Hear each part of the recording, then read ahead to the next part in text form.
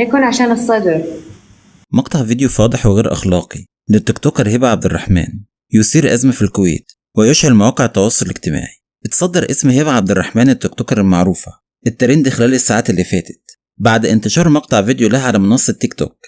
مقطع فيديو أثار ردود فعل قوية وأحدث جدلا واسعا على مواقع التواصل الاجتماعي، حيث اعتبر كتير من المتابعين إنه مقطع الفيديو فاضح ولا يليق، وعرضها لموجة كبيرة من الانتقادات الحادة. والهجوم اللي واجهته هبة عبد الرحمن ما كانش مقتصر فقط على الانتقادات، بل تصاعد إلى مطالبات قانونية تدعو الجهات المختصة لاتخاذ إجراءات صارمة ضدها. والفيديو اللي انتشر لهبة عبد الرحمن على مواقع التواصل الاجتماعي كشف عن موقف غير لائق تعرضت ليه هبة، حيث ظهرت في بث مباشر على التيك توك بينما كانت تتعرض للابتزاز من شخصية أخرى تدعى من ساك الكويتية. وتم استخدام هذا الفيديو بشكل واسع على منصات السوشيال ميديا، حيث أظهرت التهديدات التي تعرضت لها هبة من قبل من ساك، والتي زعمت وجود فيديوهات أخرى قد تكون أكثر ضررا.